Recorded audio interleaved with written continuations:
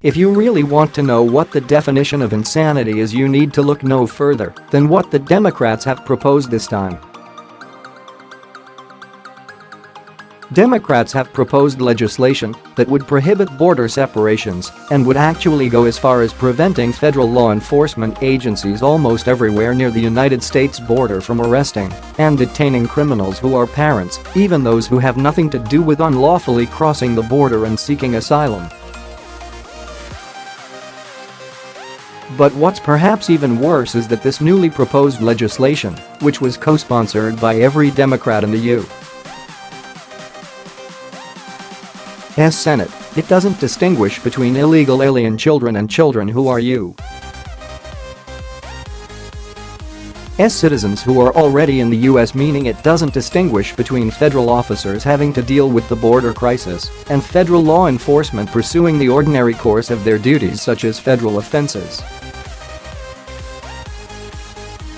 The Federalist reports, trending, McCain's deathbed secret just came out about what he did to men he was in captivity with. Let's break down some.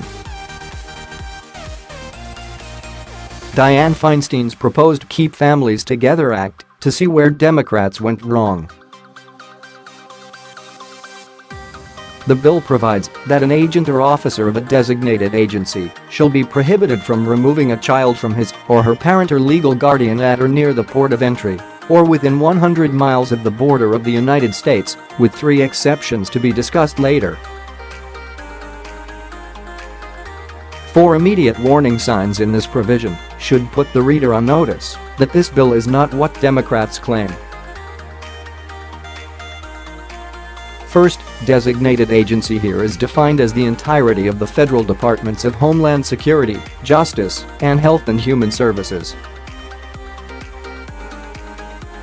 The scope of the bill is not limited to those portions of these departments involved with the border crisis, and there is no other limiting factor in the bill that would cabin the prohibition on family separation to immigration-related matters.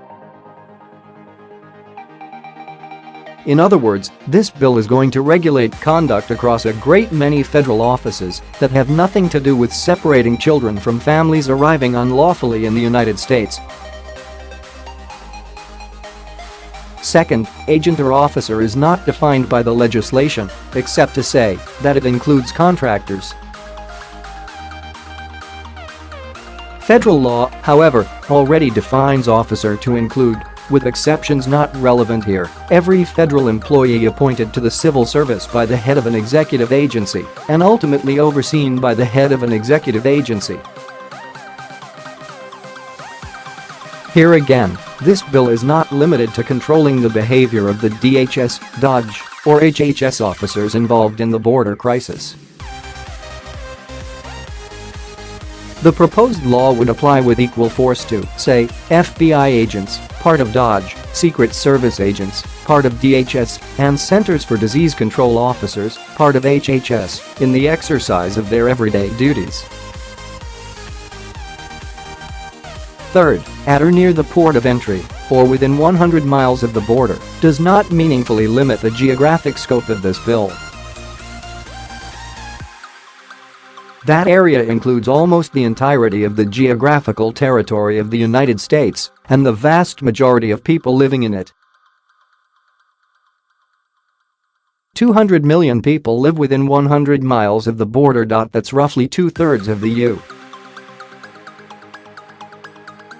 U.S. population. Even more live near ports of entry, including in places far from the border crisis, like Salt Lake City, Utah, nearly 700 miles from the nearest border crossing, Tulsa, Oklahoma, more than 600 miles from the nearest border crossing, and Nashville, Tennessee, nearly 600 miles from the nearest border crossing. All major U.S. metropolitan areas fall within either 100 miles of the border or are near a port of entry or both. Finally, child is defined in this legislation as any individual who has not reached 18 years old who has no permanent immigration status. This astonishing definition includes U.S. citizens under the age of 18. Citizen children, by definition, have no immigration status, permanent or otherwise. Even if the Democrats belatedly amended this provision to restrict the definition to alien children without a permanent immigration status, that amended definition would still include non-migrant aliens, like tourist children, deferred action for child arrivals recipients under the age of 18, and children whose parents have had their immigration status revoked. Thus, far from addressing the border crisis, the Democrats' Keep Families Together Act applies almost everywhere in the country to prohibit any DHS, Dodge, or HHS officer from removing almost any child from a parent. The listed exceptions to the prohibition: a state court authorizes separation, a state child welfare agency determines that the child is in danger, or certain DHS officials establish that the child is a victim of trafficking or is in danger from the parent, or that the parent is not the actual parent of the child, are completely unrelated to the vast majority of DHS, Dodge, and HHS enforcement activity. What will really be interesting to see is how the Republicans in the Senate vote for this debacle of a bill. It will be interesting to see if the usual suspects like McCain and Flake once again decide to side with foreigners over the well-being and security of American citizens. What I can't seem to comprehend is why is this an issue now, but in 2014 it was okay. Why was it okay for Barack Hussein Obama to separate families, but today it's not? And even more importantly, why was it okay for George W. Bush to sign this bill, but today it's not okay to enforce it?